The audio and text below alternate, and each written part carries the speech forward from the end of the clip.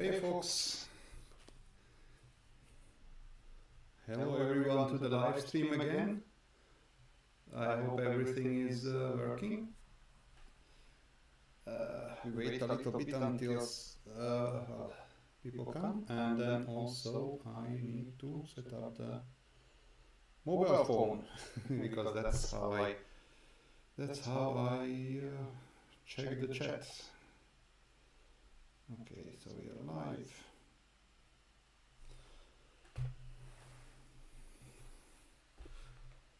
Okay, so I hope everybody had a fantastic day. For me, definitely it was a quite of a roller coaster. Well, a bunch of people finishing their masters, so there was a bit of a reading stuff. So also I'm quite happy that just a long story short. So I wanted to have a live stream also on Monday. But on Monday I ended up reading the various texts for 8 hours straight. So then I thought, yet another 2 hours in the evening might not be such a great idea. So then I skipped the Monday, but and then there was a bunch of other things happening during the week. But then now it's I think now is the time.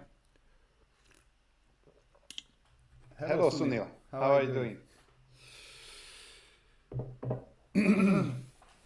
I hope everybody had a fantastic day. Just kind of warming up.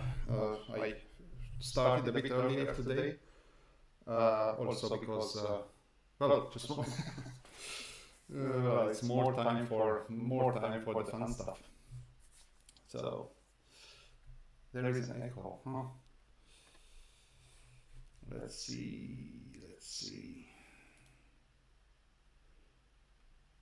Microphone. I see. Now? Okay, I think I had 2 microphones in. There is still an echo? Hopefully not.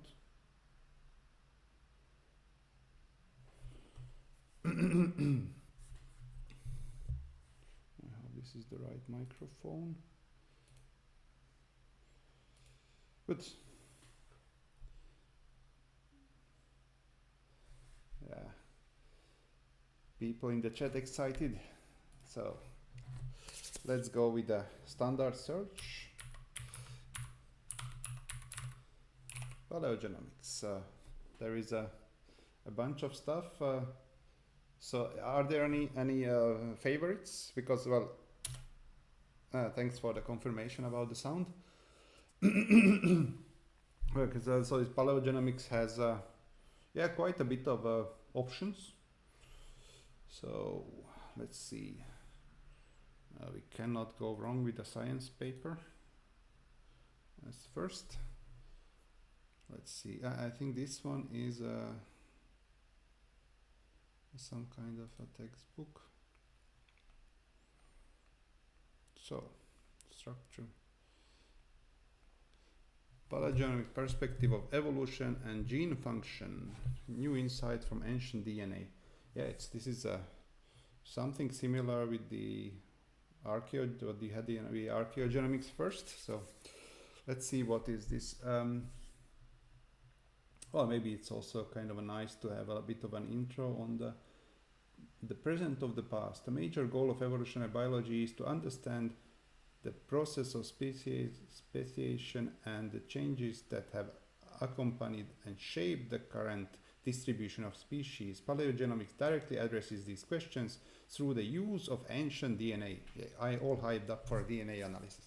Safir and Hofer review the origins and the growth of the field and explain how challenges owing to the limited amount of DNA available for analysis and the possibility of contamination by modern material have been overcome.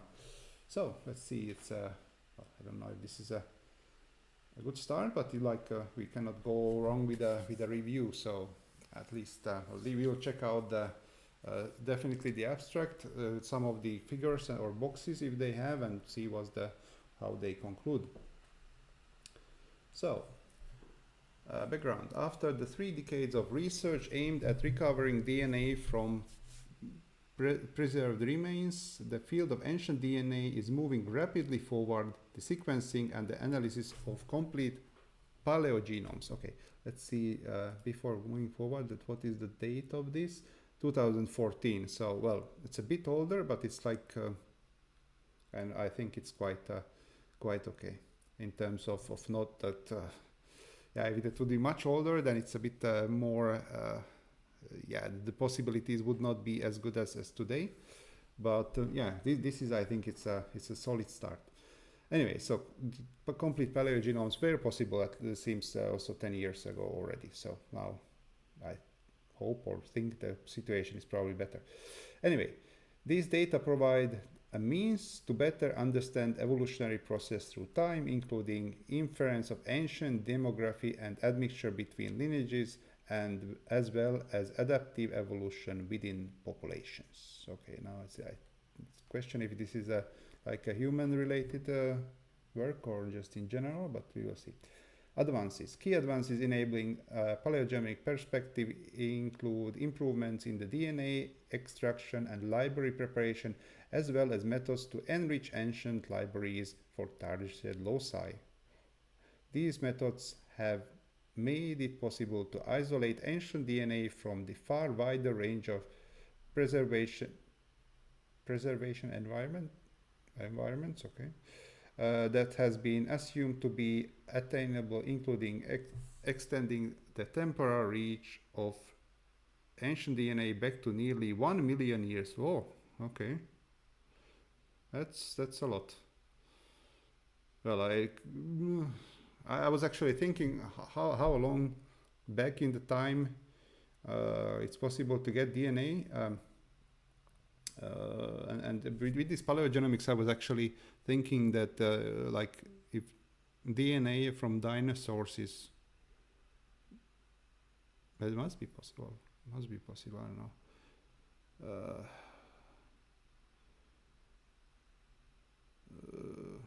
Okay. Well, let's see. Now I'm just thinking, when was the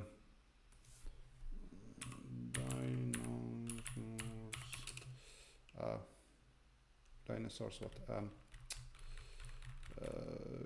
Extinction. Time. 60. That's then no.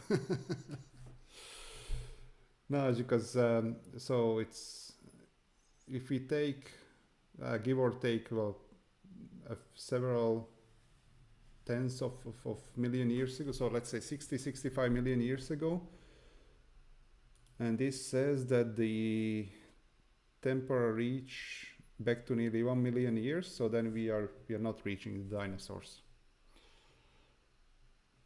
according to this setup. Okay, so outlook. Although relatively few paleogenomes have been published to date, their number is rising rapidly and increasingly clear that the range of the specimens of which paleogenomes could be produced is much larger than has been assumed previously. As more data become available, including genomic data from living organisms, the capacity of use of paleogenomic data to infer evolutionary change through time will continue to expand, particularly with respect to the evolution of populations and the link between genotype and phenotype. Okay, so that means, or should mean, that also they should be you should infer the phenotype based on the genotype, which is solid. Oh, this was structured abstract. The publication of partial complete paleogenomes within the few years has reinvigorated the research in ancient DNA. No longer limited to short fragments of mitochondrial DNA, inference of evolutionary processes through time can now be investigated from the genome-wide data sampled as far back as 700,000 years. Furthermore, insights have been made, in particular regarding the hominin lineage. With rare exception, however, a paleogenomic perspective has been mired by the quality and quantity of recoverable DNA through conceptually simple extracting ancient DNA remains challenging. Sequencing ancient genomes to high coverage remains prohibitively expensive for most laboratories. Well, this might have changed in the last decade. Still, with improvements in the DNA isolation, declining sequencing costs, taxonomic and geographic purview of paleogenomics is expanding at a rapid pace with improvement capacity to screen large numbers of samples for those with high proportions of endogenous ancient DNA. Paleogenomics is poised to become key technology to better understand recent evolutionary events. That's basically the same thing. Okay, so what we have pre-NGS, this is probably some kind of what was possible before next generation sequencing present, and what is the future. Oh, but I would be interested in this one quite. Okay, so mammoth.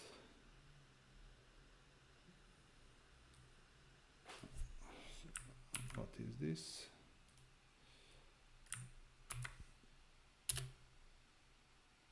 Oh, some kind of a Belaricus, some kind of goat. Homo sapiens, of course, it's a bunch, a lot, age of years ago.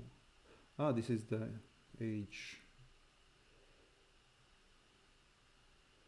Mummies, Neanderthal, Denisovan. Yeah, this is still well within the reach of 700,000. Ursus, I think this is this bear.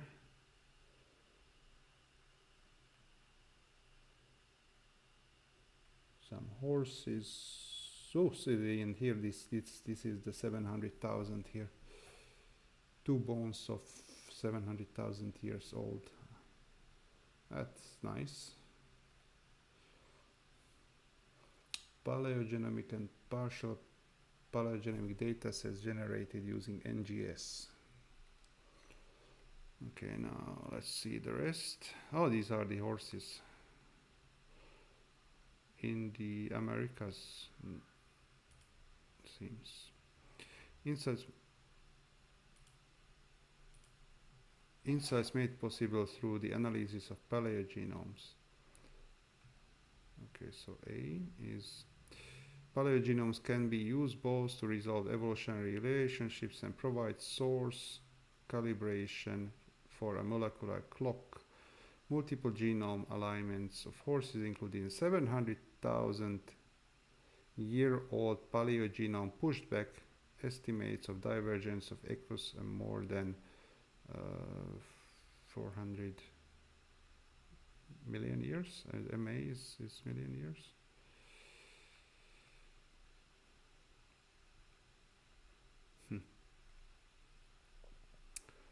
Okay, so B.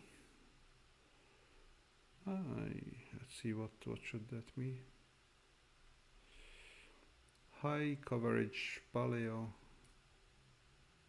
genomes can be used to infer complex demographic history or extinct lineage. The 30X Denisova genome has used to infer the size of Denisova population through time, thousands of years ago.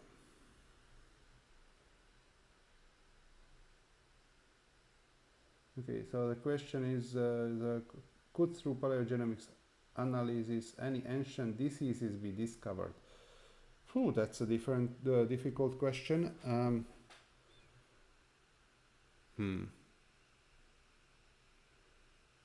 I mean, if the problem is with diseases that we definitely don't have any phenotypes unless there's a bone malformation or something, which is still would be a very rare occurrence, I guess, because back in the day, well, humans and more or less everything else, I think, died much sooner than it could develop any kind of serious condition. So I think even a kind of a small thing was just really negatively impacting the length of life. Now I think, and well, obviously we don't have any other phenotypes or with what we could measure or observe. I think what can be done, if by chance there is, but that's also a bit unlikely, but for example, if there would be a disease kind of stuff or kind of condition, I would call it a condition more, that is also somehow preserved also today, and maybe in a previous samples, but I think I would see this one more for the archaeogenomics type of stuff, like I don't know, hundreds of years back rather than thousands of or tens of thousands of years back, because I think that is one thing is that the quality of the DNA and therefore the quality of the genomic data is also goes down rapidly, and so also then there is not so much of in terms of numbers of individuals that would kind of confirm the like some kind of a persistent mutation, and we don't know what is the effect of that mutation. So I would say here I would say, kind of thinking about the whole kind of concept, I would say no. It's like, well, we can search for it at some point, but I would be very, very surprised if there is any diseases could be identified by or using this data. I think it's like if we get, well, my current understanding is that if we get like some kind of diversity characteristics or like some kind of relationships between the species, we are already happy. So, but yeah, so let's maybe there is something. Well, I mean, for sure there will be is something more, but this is my current understanding of the field. Okay, so the C is some kind of a simulation. Simulated data set describing how paleogenomic data can reveal the effect of environmental change on genetic diversity. Previously widespread population, orange cycles, this one. During the glacial maximum 20,000 years ago, when ice sheets blocked dispersal between the north and south. Oh yeah, okay, this was this one. And then there was a glacial maximum, so there was the ice in between. So then the orange population is kind of isolated. But yeah, you have to also say this is a simulation, but still. Okay, the ice recedes. Both populations expand into the deglaciated area, resulting in a hybrid zone, shaded circles. This one, I think, yes. So they go down and these go up, and then there is a hybridization here. So admixture, in other words. Only admixed individuals survive to present day. Okay, and then these populations die out, and then we have now the things, the present day populations that we know now as the species of interest. Okay, so this is not a, although the horses are discovered here, but or kind of described here, but it's not clear if this is talk still about the horses. Like with this description, it could be basically anything, but maybe there is a storyline throughout the paper, like with the horses. Okay, the comparison between loci makes it possible to distinguish regions of the genome or phenotypes that are evolving neutrally versus those that have undergone recent selective sweep based on comparison with the Neanderthal genome. More than 4,000 genomic regions of higher than 25k kilobases in length were identified as having swept to fixation in modern humans. Oh, that's a lot.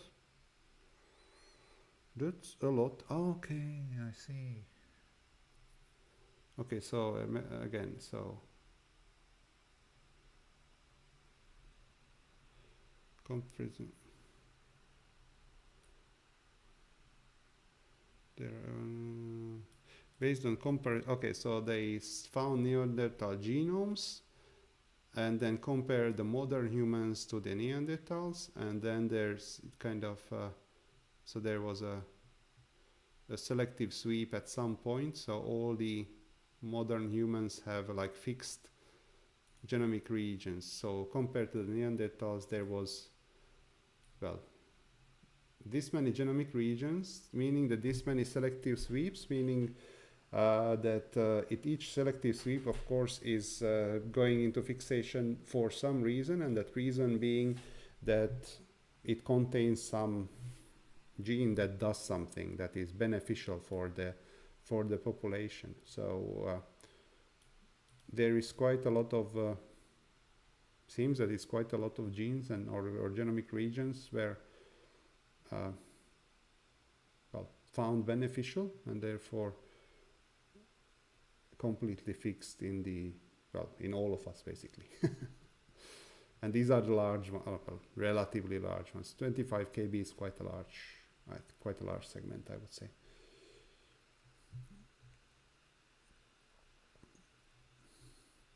Also, there is a contamination, which is for sure it's a large question for people who are into this one. Hi, Maxman. Time process is interesting. I have studied that, touching more or less on this. Still not confident about using ancient DNA samples. We'll make a decision after this live. Okay. You wanted to add no pressure. No, I mean, well, I don't know obviously the details, but I would just say go for it for sure. I mean, you never know until you don't try, and when you try and it doesn't work out, or you know there is something, then well you can just look at the ways how to overcome the problems. But if you don't try, then you don't know what are the roadblocks, so that you cannot go towards you know, like clearing those roadblocks. So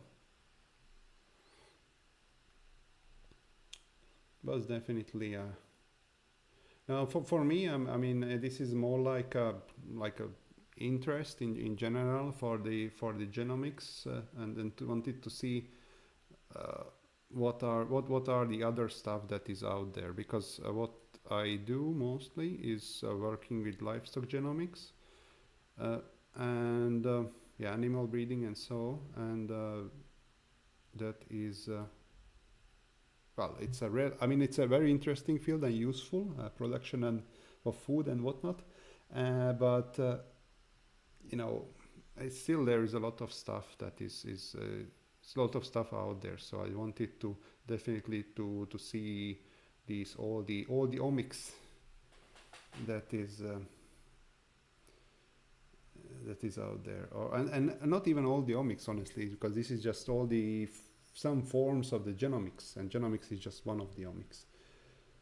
So okay, so what is this? The relationship between evolutionary distance and utility of using an extant taxon as reference for paleogenome assembly. My problem is that I don't know what the extant taxon is.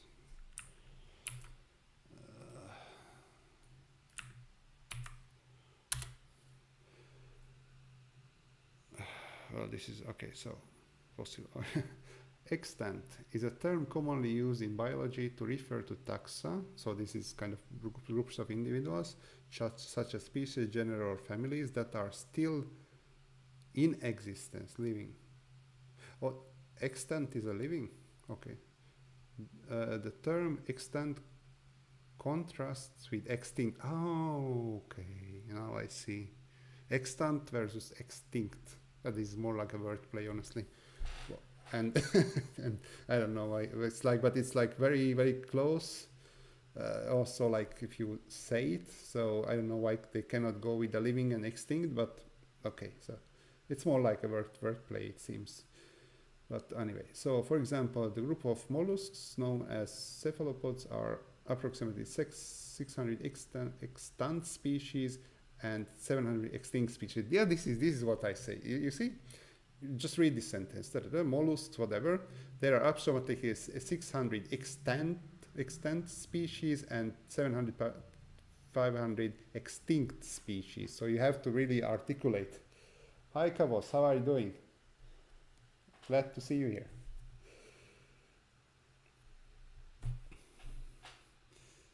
Okay, so if anybody has also like a favorite topic within the paleogenomics, or if you are interested in particular species, then be sure to put it in the chat, and we can yeah, check out those.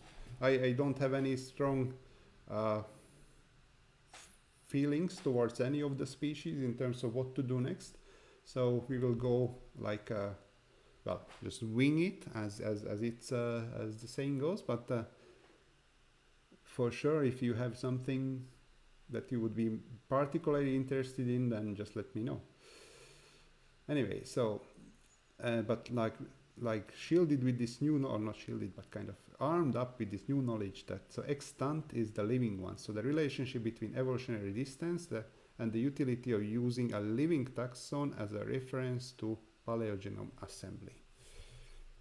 Increasing evolutionary distance results in a rapid decrease in the proportion of reads mappable to reference genome. Increasing evolutionary distance. Okay, so yeah, so it's like if you want to map it to something that's very far from it, then will have problems. Blue bars. Divergence. Oh, this is the. Oh, this is the Neanderthal. What number of Neanderthal reads mapping on humans, on chimpanzee, on orangutans, on this is, I guess, macaques. This is another monkey, lemurs, bush baby, I don't know what it is, and mouse. Oh, so okay, so the further away things are, the harder it gets, and I guess this is just an example. It's like kind of you can do it the same thing. How about ruminant paleogenomics? Would like to know what's happening in this domain. Sunil, okay, well we can check out those aurochs. Oh, but aurochs is technically archaeogenomics or paleogenomics, but we'll see. Okay.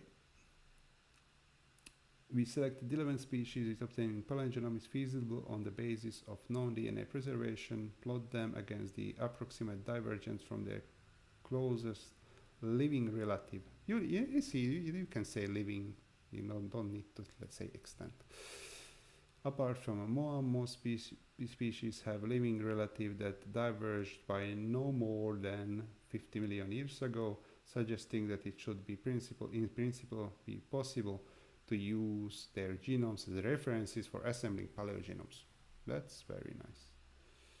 And then acknowledgements. Good. So yeah, it's kind of straightforward. Good. So let's see what we have. Metagenomic. Oh, no, it's just way too complicated. The one thing that I was kind of yeah, this one I wanted just to check.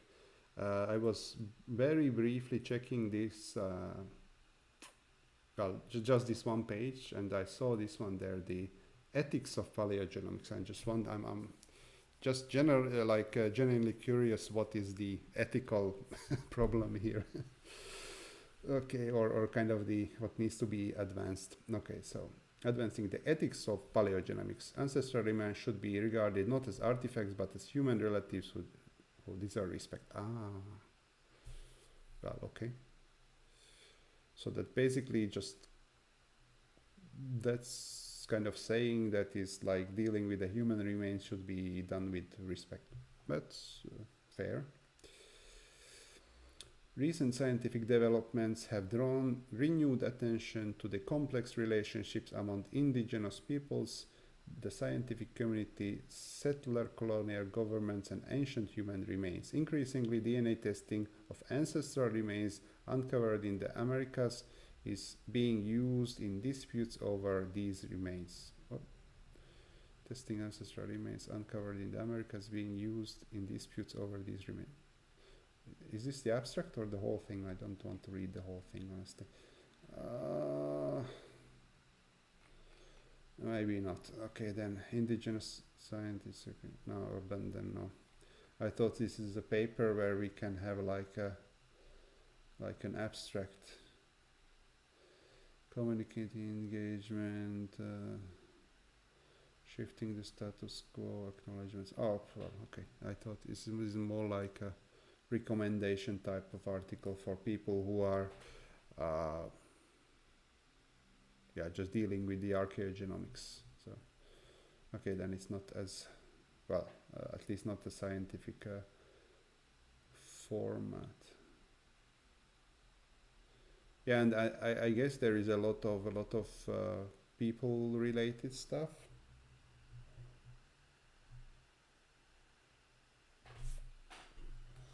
Okay, question. Can you shed more light on how to look into genome-wide diversity and demographic dynamic of a breed that originated from country A, but now being farmed almost all continents?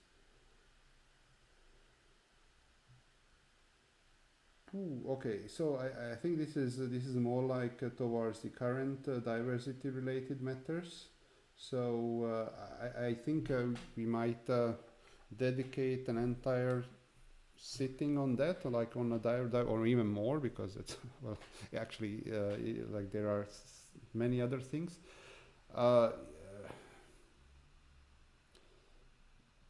Right now, just to give a short answer on that. So how to look at the genome-wide diversity and demographic dynamics. So basically, I think in general that if you would have genomes or genotypes and biological samples from the country where this breed originates from, then you can use that as a basis and maybe to see how the others diverged that are in the other countries, and perhaps if this could be the reason of, I don't know, climate adaptation or something like that. Also, it's very important how long or in the past this thing happened, because if it's like recent, then you would not see too much of these adaptation mechanisms, but still you can see the, I don't know, like a general diversity patterns. And right now, what I would say is just that try to do on I would start with the standard stuff and maybe like genetic distances and I don't know, some kind of clustering mechanisms, and then start from there. But it is like just a very short answer, and also the thing that is just comes to my mind right now. Okay, so ruminants, or was it ruminants? Ruminant paleogenomics, okay. The quest for genes involved in adaptation of climate change in ruminant livestock. Okay, metagenomics of paleogenomics. What else? Taxonomic and diversity.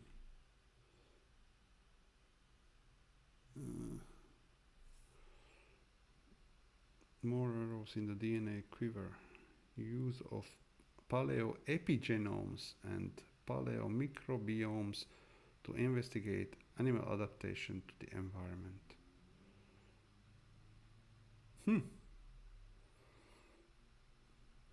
Paleoepigenome and especially paleomicrobiome. So this is the gut microbiome with the paleontological samples. That would be very interesting. This is from Liu et al. 2019.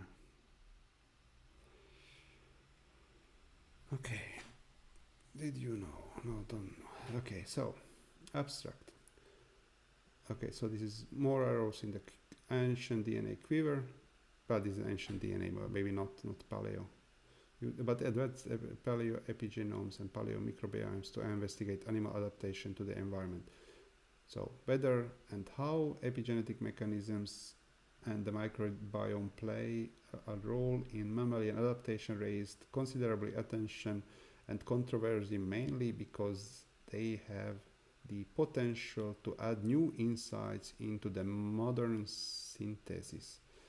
Recent attempts to reconcile neo-Darwinism and I have to say this is, I mean, it's written in a very complicated way, this paper, is an unified theory of molecular evolution give epigenetic mechanisms and microbiome a prominent role.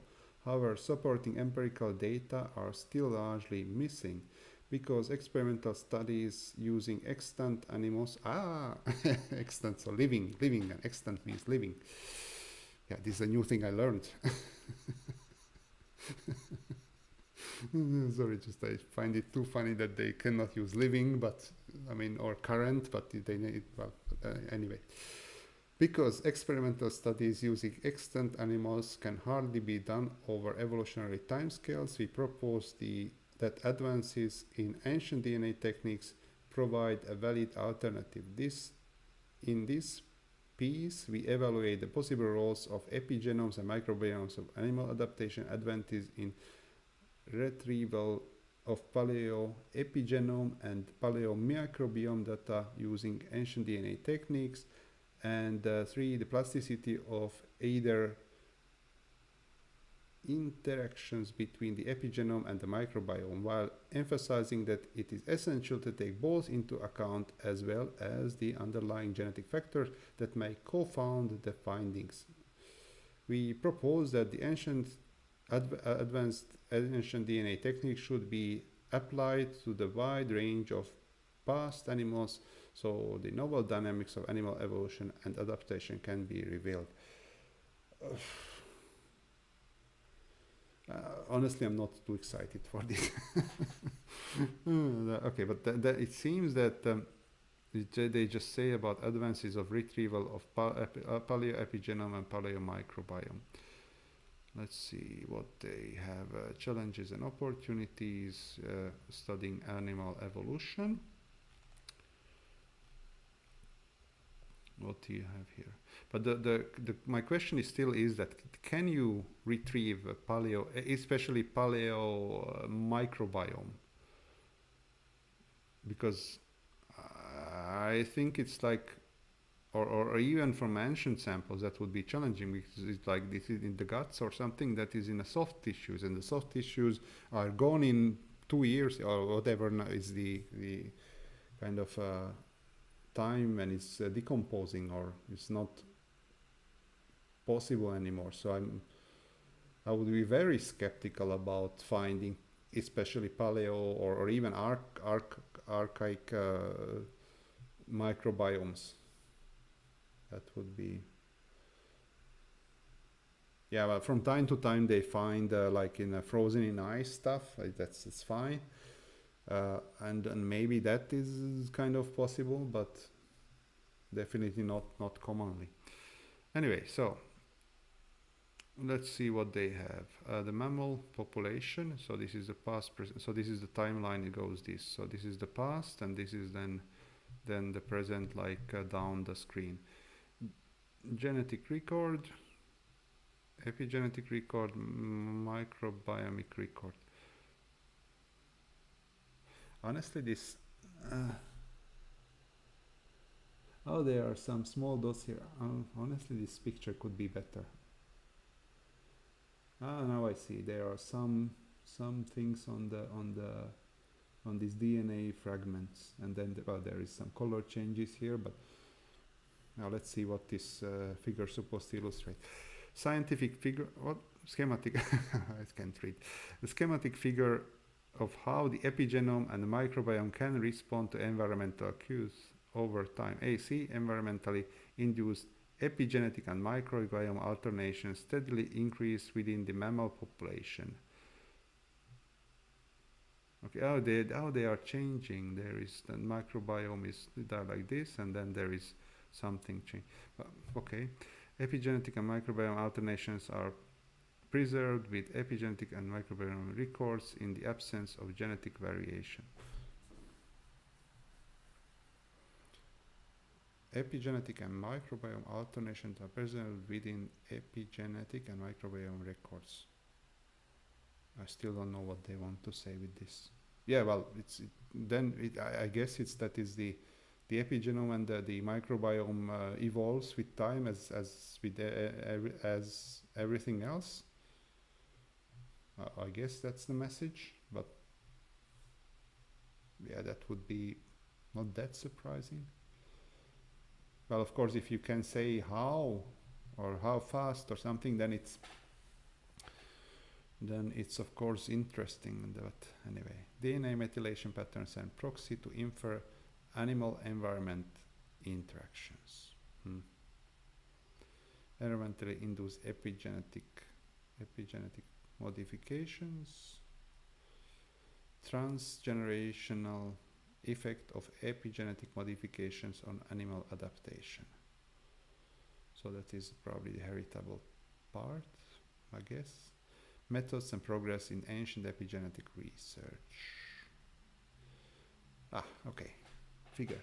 Proportion of the reads mapped uniquely to reference sequencing length. The proportion of the reads mapped uniquely to the reference genome. Top, the proportion of uniquely mapped ATCG coded reads drops when the sequencing read is read length is more than or less than. Oh, this is the goes opposite way. So this is less than 26 base pairs. Bottom, the proportion of uniquely mapped ATG coded reads drops when the sequencing length is less than 36. Yeah, okay. Still don't know. Host microbiome interactions and their implications in environmental adaptation. Fast-tracked contribute to microbiota variation. Transgeneration effects of microbiome animal adaptation. This is, I think, they have the same structure for the epigenetics and the microbiome genomics type of stuff. Methods and progress in ancient microbiome research. So this seems to be also kind of a review type of thing. So it's lots and lots of stuff. Dynamics among epigenome, microbiome, and environment, and then everything connected back to the environmental stuff. Interactions with the genome. Concluding remarks. Okay, let's do the concluding remarks, I think. So. The role of epigenetics and the microbiome in animal adaptation has attracted increased attention in recent years, including the resurgence of two key theories, the neo-Lamarckism and the hologenome theory of evolution. Okay, it also raised extensive debate, 3 papers. Don't know if extensive, but okay, which is mainly due to the limited understanding of both fields and inconsistency of experimental results in different animal models. There are several major challenges in current studies, including a lack of universally accepted animal model and experimental system that can serve as a gold standard. I don't know if it's but alright, why should we have one animal model for all the animals? And it's if it's especially ruminants, then cattle. Okay. Anyway, so they claim the lack of universally accepted animal model. Okay, second. So these are the challenges. The second one, the plasticity and tissue and niche specificity of the epigenome and microbiome microbiome responses that make results very difficult to reproduce independently. Well, I can imagine, yes. Experimental studies using modern animals can hardly be done over microevolutionary timescales. Okay, that's also I can imagine. Within this context, it is necessary to develop a model system in which both external and internal confounding factors are controlled and monitored, especially for the sake of elucidating the basic molecular mechanisms and dynamics underlying epigenetics and microbiomes. On the other hand, numerous animal species that have experienced the past climate and environmental turnovers provide an extraordinary repertoire for case studies. That's a nice statement here, which is, I think it's currently with the all the problems that we are having, or not problems, situation that we are having with the climate change and so on, especially if we can find some well conserved, I don't know, genomes or whatever from different time points.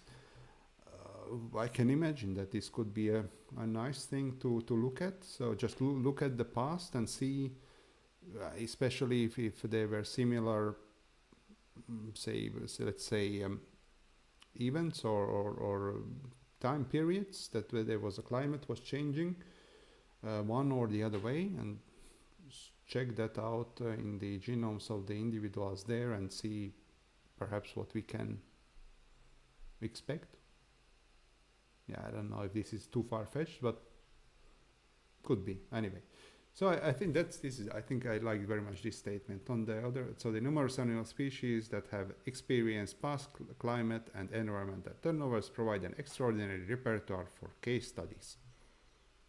That's nice. Although natural environments are more complex and less controlled than laboratory conditions, the availability of paleogenomic and paleo-environmental data is fast accumulating, and recently developed approaches offer access to high-quality paleoepigenome and paleomicrobiome data. Okay, but this claims then that is like there is a high-quality paleomicrobiome data, which is I'm surprised about, honestly.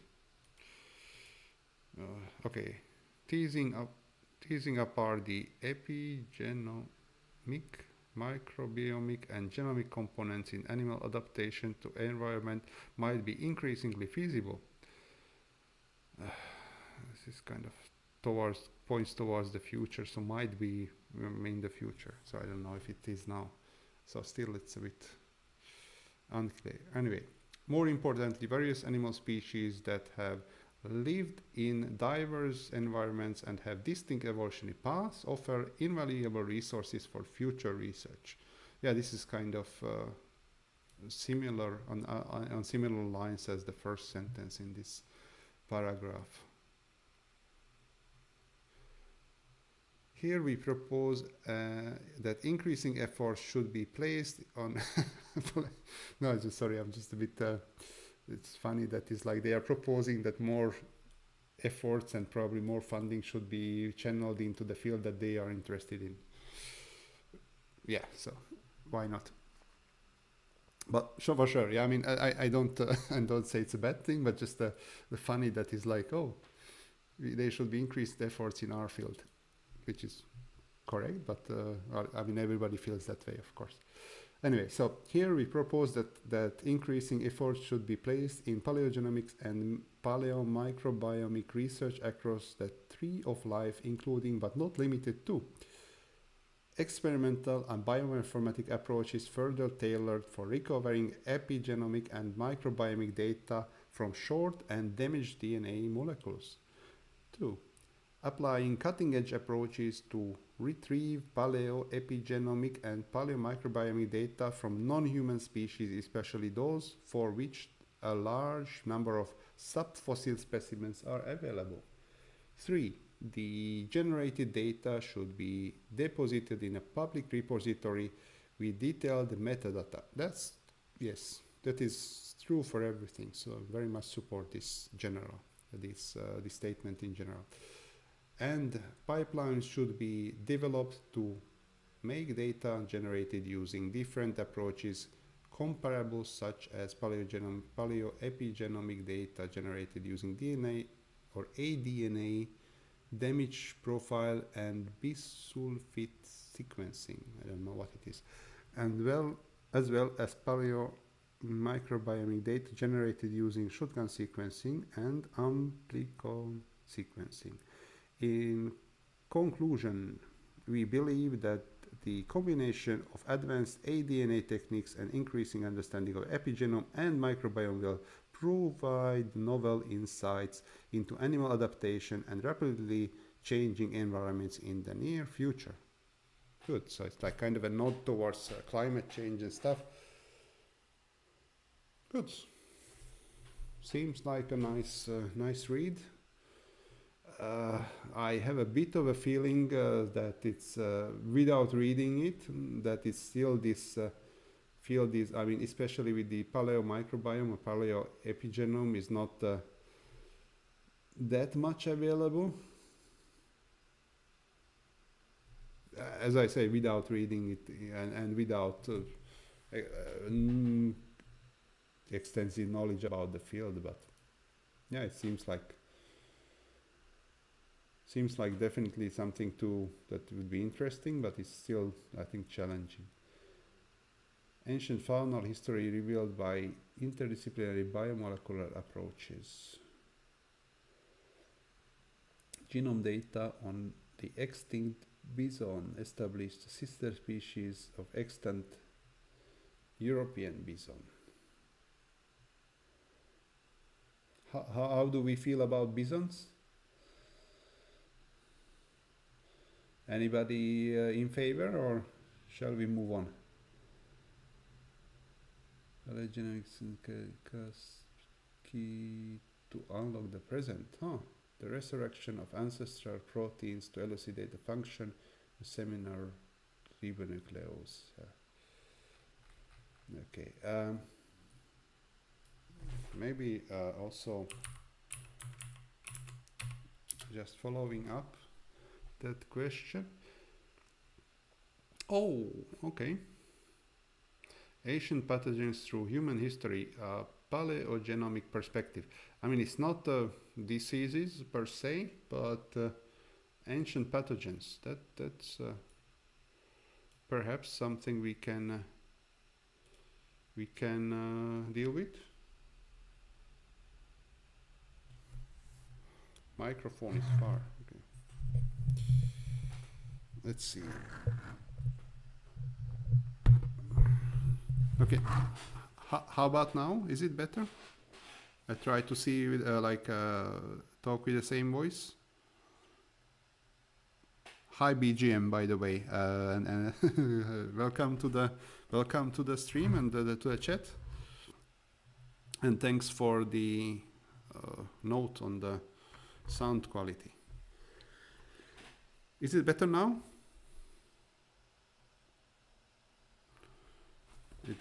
Right now the microphone was a bit on the side, so I'll rearrange it better now. That's great.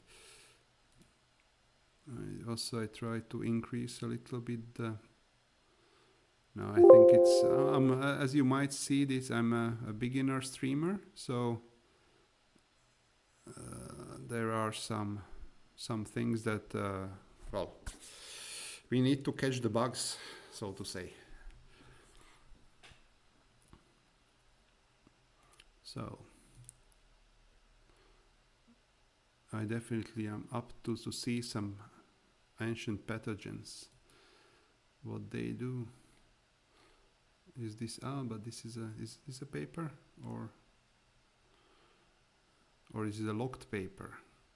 Oh, we have to say like pay 30 euros for this one. Not gonna happen, folks. Oh, you can buy the ebook for 160. Oh, I guess I will also write on Paleogenomics if it goes as that for that part, that money. Anyway, but we have the abstract at least. Ancient pathogens.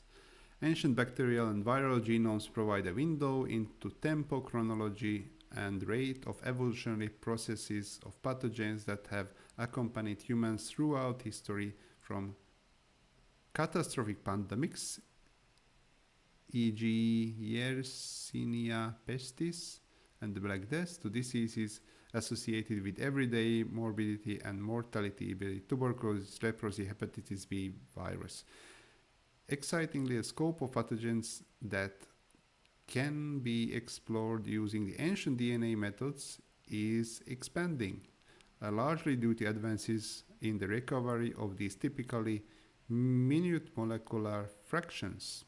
Increasingly, ancient DNA is applied to the study of rapidly or slowly evolving pathogens across significant time transects, hundreds to thousands of years ago, enabling us to investigate ancient genomic diversity through comparative lens that can potentially inform our understanding of how pathogens can change over time. That was a long sentence. Loud and clear. Thank you for confirmation, Maxman.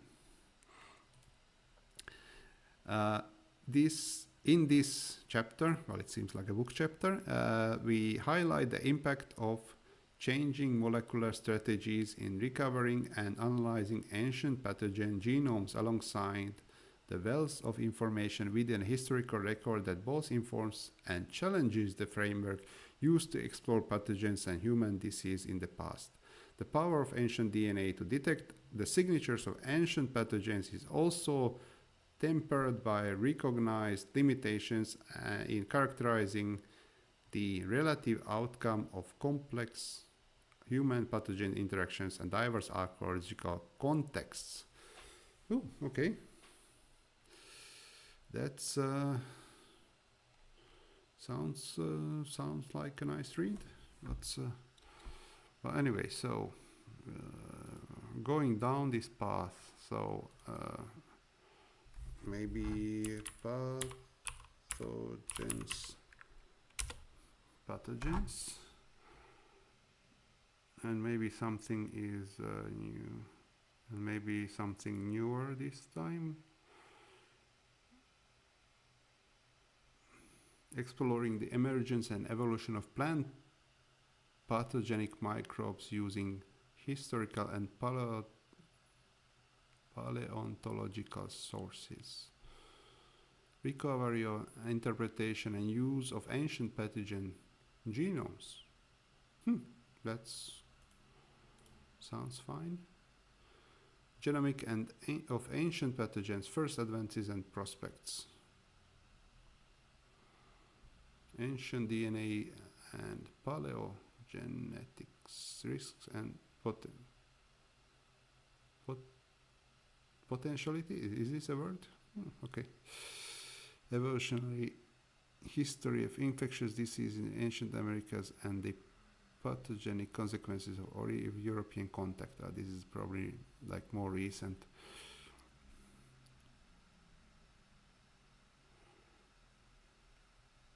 Okay. Pathogens from mummies.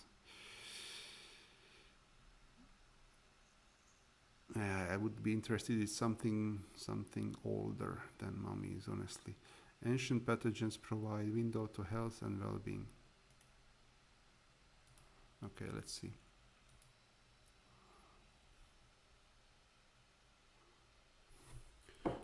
Let's see.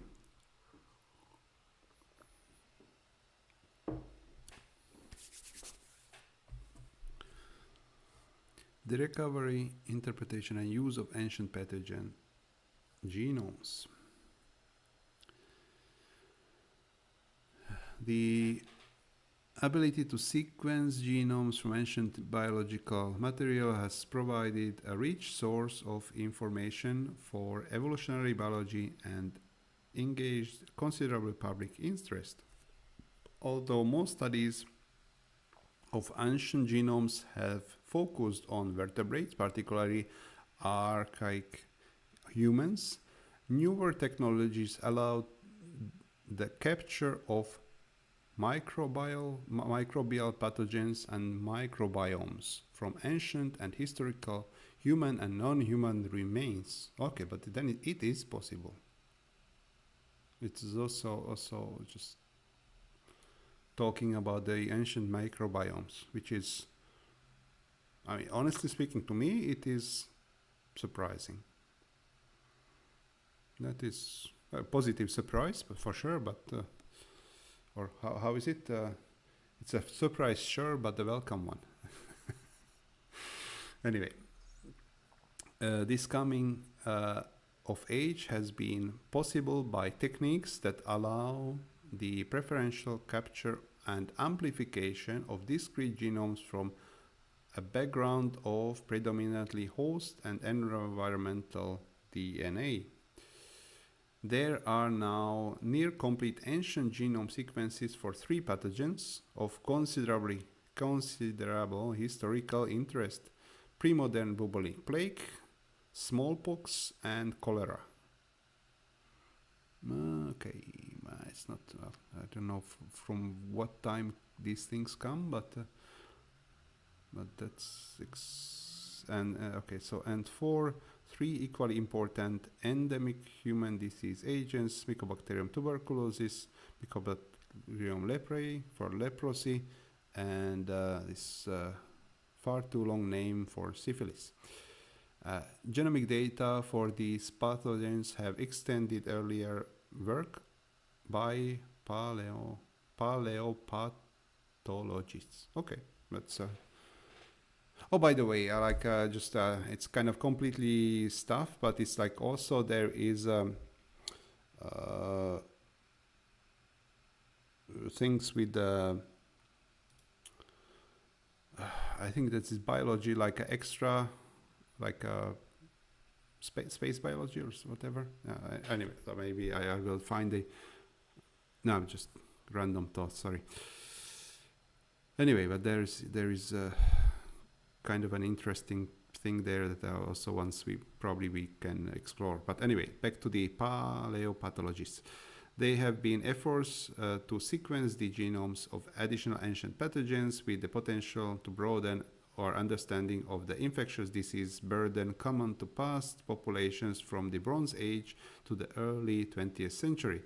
In this review, we describe the state of art of this rapidly developing field, highlight the contributions of ancient pathogen genomics to multidisciplinary endeavors, and describe some of the limitations in resolving questions about the emergence of long-term evolution of pathogens.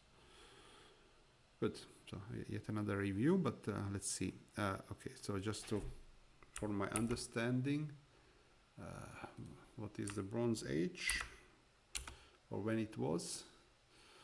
Around 2000 BC to 700 BC. So it's basically we are talking about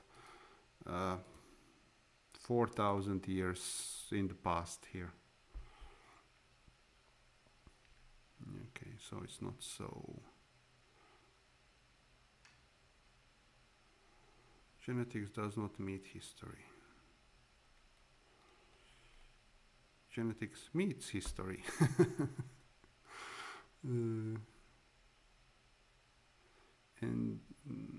Endogenous DNA microbiome with pathogens. Where they found it on the person. Endogenous DNA loss. In some tombs or something. That makes sense. Authenticating ancient pathogen eDNA. The range of methods can be employed to authenticate ancient pathogen sequences. These fall into 8 categories: DNA damage, random genome coverage, human DNA as benchmark, mismatch distributions, haploidy of mapped reads, comparison to contamination, surrogates of microbial presence, phylogenetics. Yet more tombs. Black Death pandemic. This was even like in the Middle Ages. Justinianic plague cycle. For 200 years that was fun. Having kind of circulating some plague circulating for 200 years. That was must have been a harsh time. Even without all the other stuff that was probably happening at the time. tuberculosis. Smallpox, again smallpox.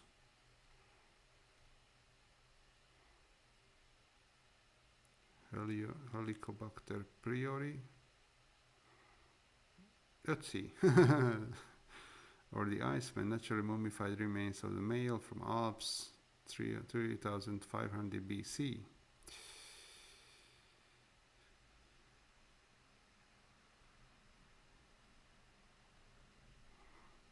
Leprosy,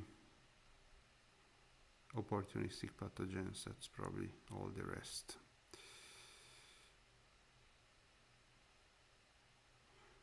Phylogenetic placement of ancient pathogen genomes. The past is down to the present, to closest extant group, so that is a living one.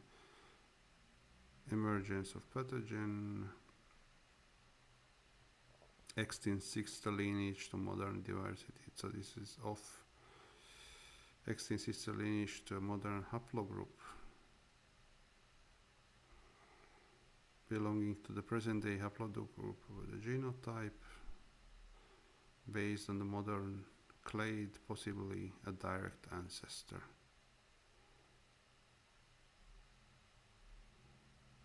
Okay, that's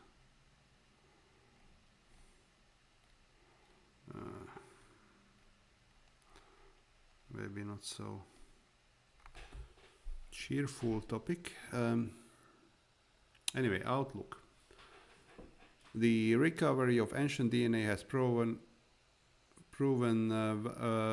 valuable for our understanding of how and when pathogens emerge and evolve. Early on, ancient DNA research relied on PCR and was used to query the dispersals of humans and other vertebrate species, adding some investigation of presumed tuberculosis or leprosy seen in skeletal remains. By the end of the 1900s, ancient DNA research has shifted to the phylogenetic relationships of particular pathogens prominent since the Neolithic. The recent sequencing of ancient RNA viral genomes is an exciting development that may revolutionize our understanding of the emergence and origin of many other RNA-based pathogens.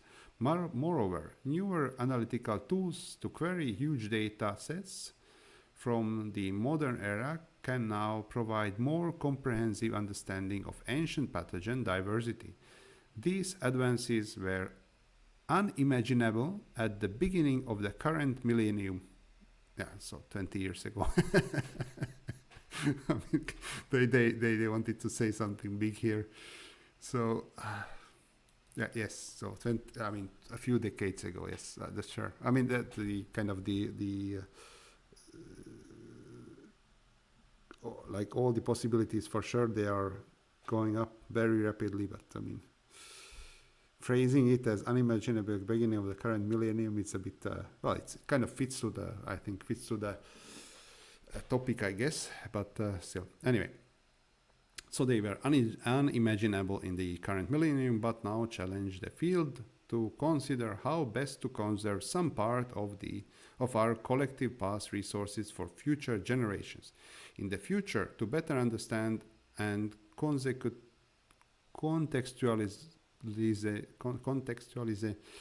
the dynamics and that draw pathogen evolution, it will be essential to improve collaboration with scholars who study the remote to the recent past, including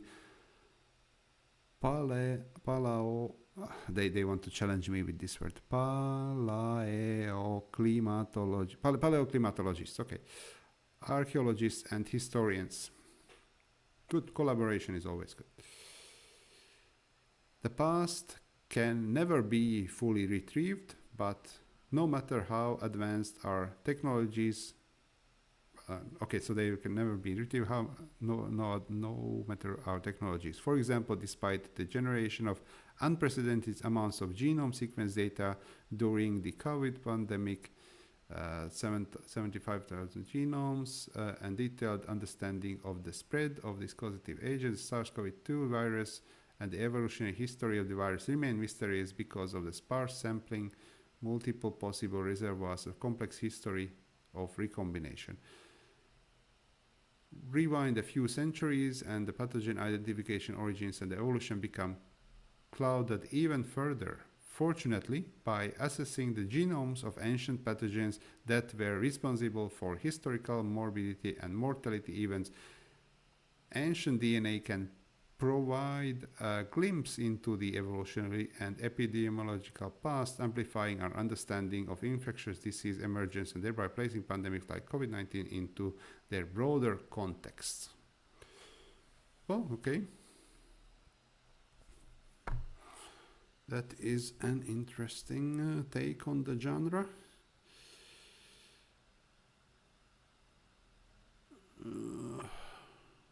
Well, Duchenne, no, I'm for sure I'm mispronouncing it. Duchenne et al.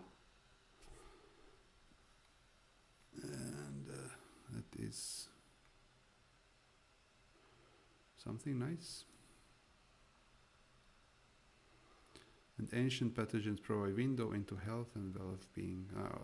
Well, yeah. Anyway, this is not a full paper, but anyway, I wanted to say that I might not.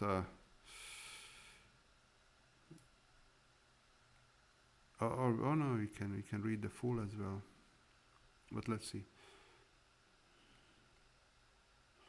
This perspective draws on the record of ancient pathogen genomes and microbiomes, illuminating patterns of infectious disease over the course of Holocene in order to address the following question: how did major changes in living circumstances involving the transition to and intensification of farming alter pathogens and their distributions? Answers to these questions via the ancient DNA research provide rapidly expanding picture of pathogen evolution, and in concert with archaeological and historical data give a temporal and behavioral context for health in the past that is relevant for challenges facing the world today, including the rise of novel pathogens.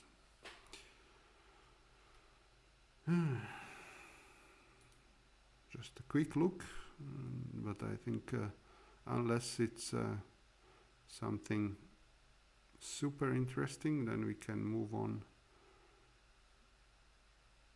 to something. I'm sure it's interesting, but just to see that is what are pathogens, ancient environment as a driver of pathogens, sedentary lifetimes and animal husbandry practices, dietary shifts. Oh, this is kind of a very much of an overview of things.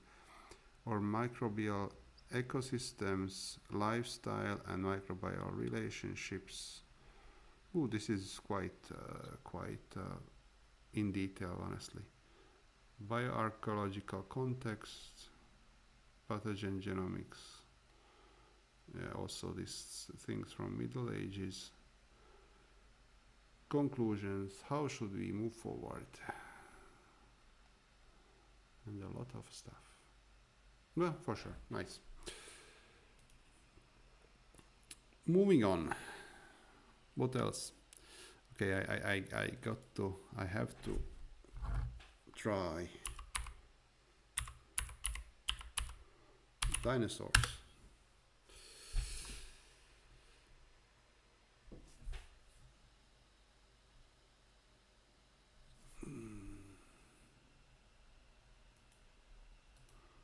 I have to try examining natural history through the lens of paleogenomics.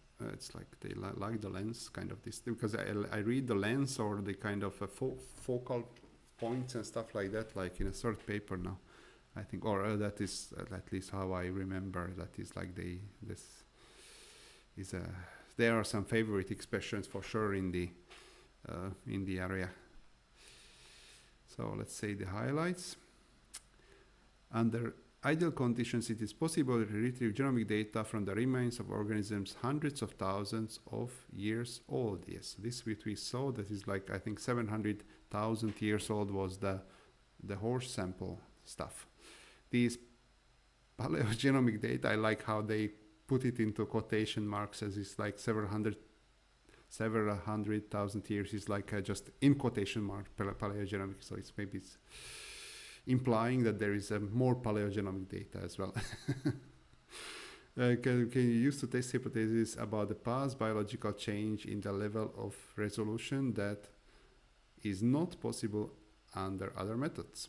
Paleogenomic studies have revealed underappreciated taxonomic diversity and intra-species morphological variation with past ecological communities, as well as documenting processes such as hybridization, migration, that are challenging to infer from fossilized remains.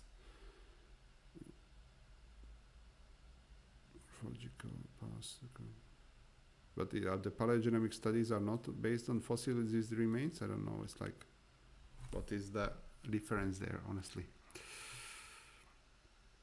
Although the temporal range of paleogenomic studies is limited by the half-life of DNA. There's a question, what is the half-life of DNA? That's something that we should check. That will be, for me, I would be particularly interested in. The study of the half-life of DNA is 500 years. So every 1,000 years, 75% of the genetic information is lost. Okay.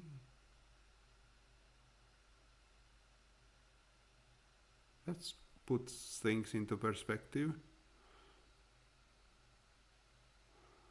Yeah, depends, of course, I think, or I guess also it depends on the conditions, but if this is the half-life of it, that is basically the half-life means that it's half of it is destroyed or kind of becomes unusable or you know, just non-recoverable or something like that. So it's half of it is destroyed. So obviously it's kind of, it's like half of the half is then kind of, it's there is still a small quantity remaining, but it's ever slow, ever smaller. Okay, well, good. Anyway, so although the temporal range of paleogenomic studies is limited by the half-life of DNA, deeper understanding of biases in the recent fossil record provided by cross-referencing with paleogenomic data is likely to stimulate the re-evaluation of patterns observed in the fossil record over much longer time periods. Well, I mean, also these people certainly like to write long sentences. The many high-resolution tools that are uniquely applicable to specimens from the Quaternary period, the past 2.5 million years, provide an or million or mega. Maybe I'm doing it wrong. But the mega is million. So MA years.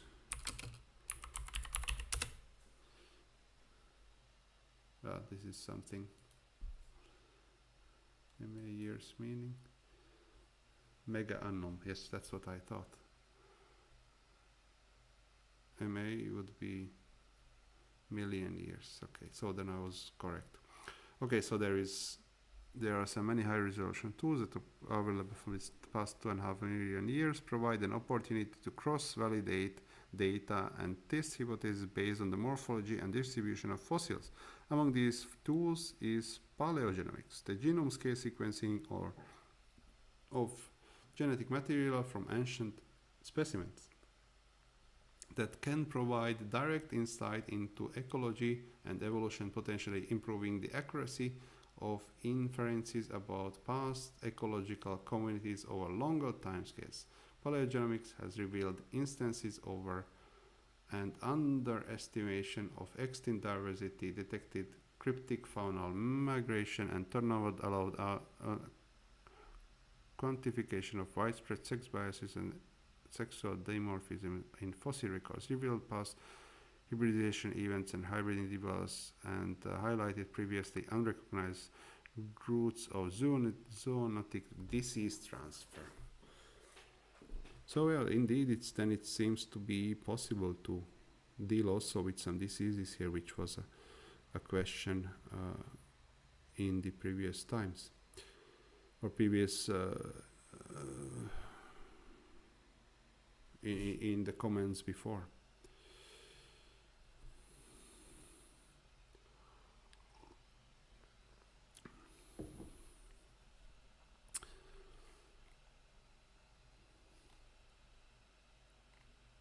And it's a long paper. A long one. Changes in demography, disease transmission. Well, it's already concluding remarks here. And then there is a lot of, then it's a lot of citations. And it's a paper itself is not as long.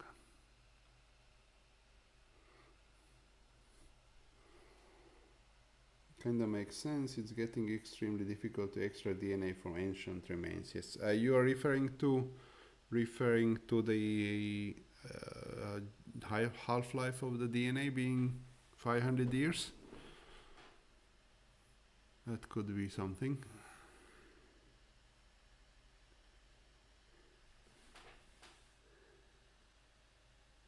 Okay, what now?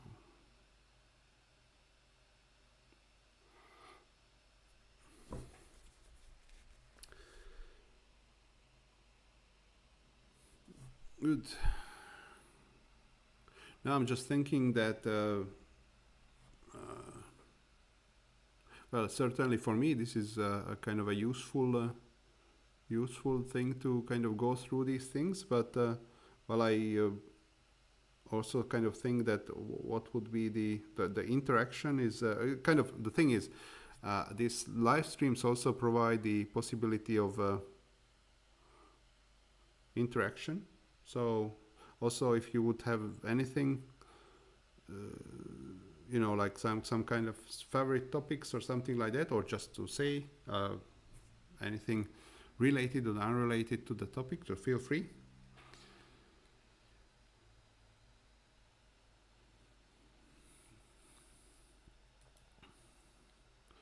That is something that we could do.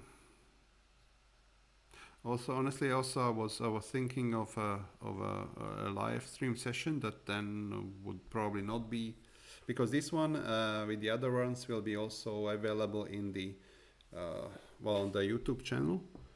But then perhaps we can do at some point also some other things that maybe it would be just about chatting about you know, life and stuff that not necessarily need to be preserved as a recording. So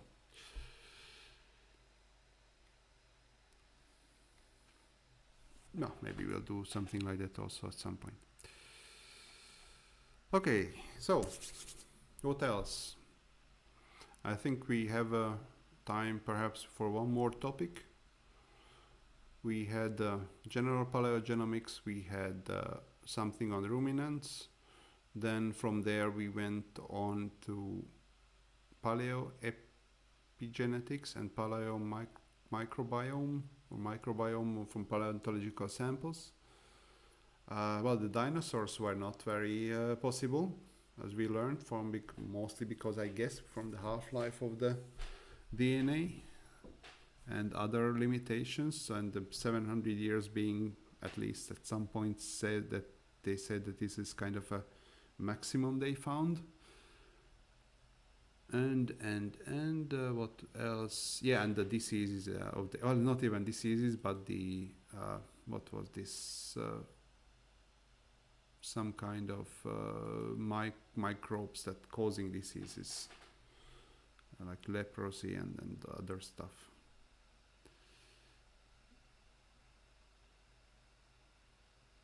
biological invasions.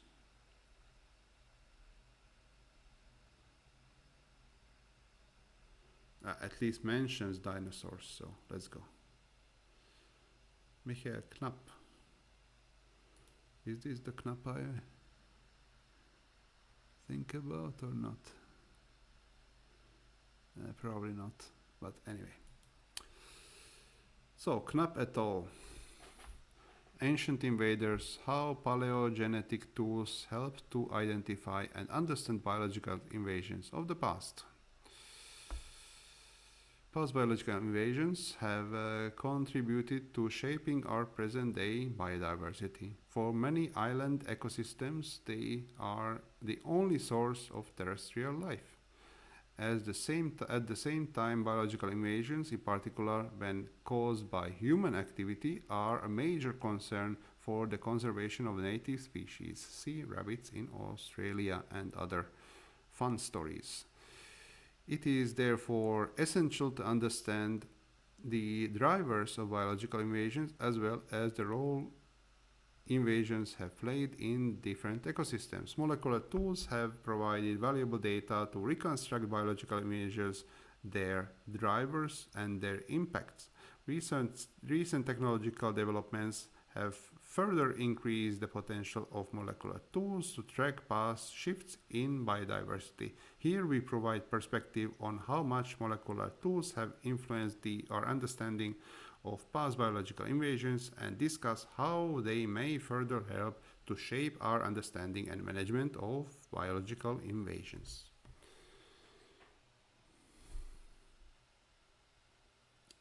Possibilities of having an interactive live where questions can be asked and be responded in real time. Yes, okay. That was actually something that I had in mind. Honestly, it's like, well, it's always good to get into a live stream or anything really with a plan. And if we would do both now, then that I think that would be a mess. So you might see. Yeah, my first attempt I think is still on the channel. So for the live stream, that was kind of a thing was that I tried to combine both, and actually then evolved into just discussing questions, which was fine, but kind of trying to look at papers and ask like discussion questions, it doesn't work both at the same time. So I think this is also, I mean, for sure this is also live, but the thing is that I think there is some kind of a delay of, I don't know, 20 seconds or something, which makes a bit, perhaps things for you also a bit delayed. And maybe this is what you're referring to, that they responded in real time, because one thing is until I notice, well, I notice it immediately if there is anything popping up, but I think there is some kind of a delay in the stream that is built in, so I have to get rid of that somehow. Well, anyway, so definitely something along the lines of I don't know, like Q&A or just general chat would be yeah, not necessarily possible.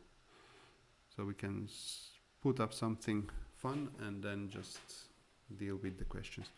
Natural invasions on species level. So this seems to be the bit of a thing here on this. Well, I don't know what I was expecting, but it's like there are a lot of these reviews and descriptive papers. So it's a bit different to the previous ones when we had like kind of a more like research papers.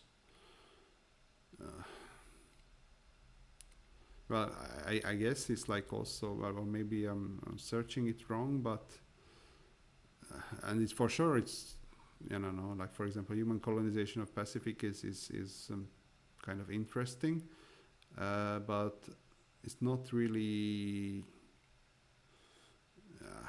just a lot of text and descriptive and not so much of pictures and figures and things that we could kind of conclusions. Results that we could check out. anthropogenic dispersal of dogs into the Pacific. Okay, that's interesting. I was not thinking that this is also a topic. It's actually a long topic. A lot of people did it. Planned introductions and invasions into the Pacific. Probably this is when they were, what they were referring to, that some islands were, for some islands this is the only kind of way how they got anything on them. Pathogens as biological invaders, no dinosaurs, future directions. Okay.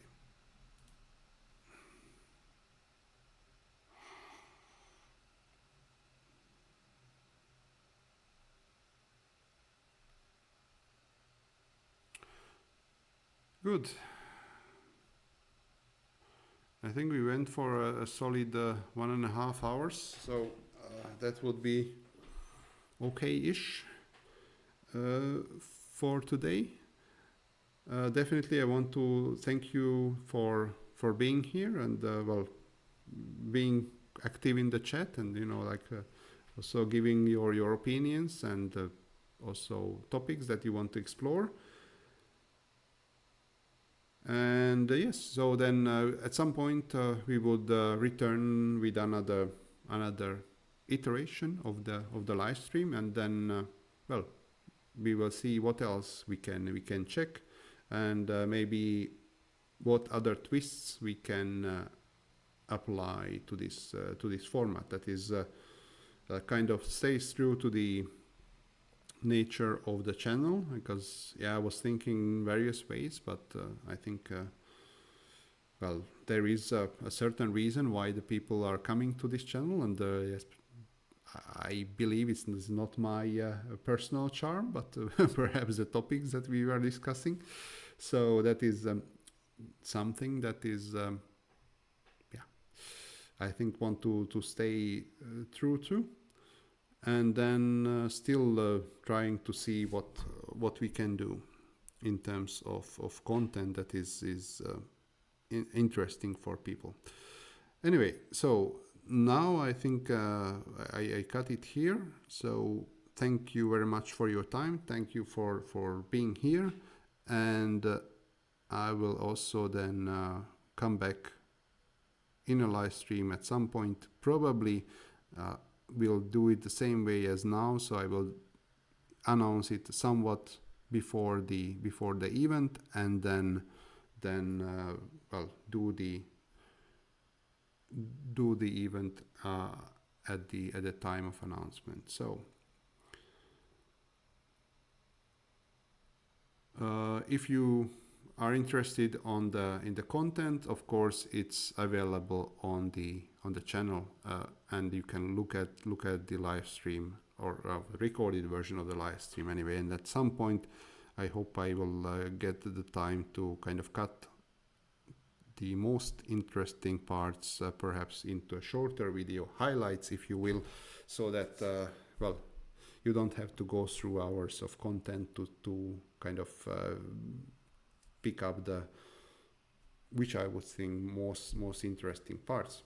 So thank you very much again for being here, and then I will well, put up again. So stay tuned for the announcements. The best way how to do this, if you are not subscribed, then just subscribe to the channel and follow me on Twitter or X, and also if you want on LinkedIn. So I normally put in the stuff on the X or Twitter, LinkedIn as well, and also on the YouTube channel pages. So that is the thing that you will find me most and find the information on the live stream the most easy way. So thanks BMG, also BGM for being here. So again, so sorry, I'm kind of saying by the third time now, so I think third time the charm. So then have a nice evening, have a nice day, depending on your time zone, and definitely well, just check back again, and then we could see what else we can do. So Thank you for your time and have a really nice day and evening.